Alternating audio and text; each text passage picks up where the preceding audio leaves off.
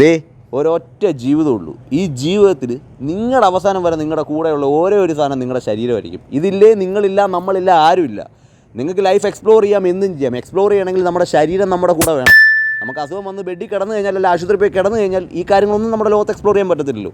അതുകൊണ്ട് ഞാൻ പറഞ്ഞു വരുന്നതെന്ന് വെച്ചാൽ, ഒരു ദിവസം ഒരു 30-40 മിനിറ്റ് നിങ്ങൾക്ക് വേണ്ടി ഒന്ന് സ്പെൻഡ് ചെയ്യാൻ നോക്കുക. എന്ത് തിരക്കെന്ന് പറഞ്ഞാലും ഒന്ന് നിങ്ങളുടെ ബോഡിക്ക് വേണ്ടി നിങ്ങൾ സ്പെൻഡ് ചെയ്യുക.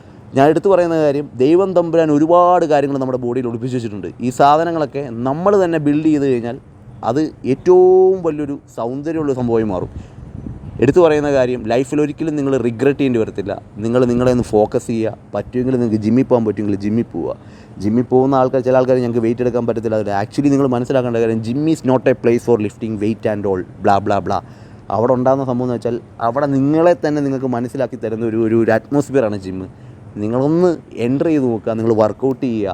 പറ്റുന്ന പോലൊക്കെ വർക്കൗട്ട് ചെയ്ത് കാര്യങ്ങൾ നിങ്ങൾ കുറേ എൻഗേജഡ് ആവും. നിങ്ങളുടെ ലൈഫിൽ എന്നാ പറയുക, നിങ്ങളുടെ ബോഡിയായിട്ട് എൻഗേജഡ് ആവും. പിന്നെ ഉണ്ടാകുന്ന സംഭവം അൾട്ടിമേറ്റ്ലി ഗ്രോത്താണ്.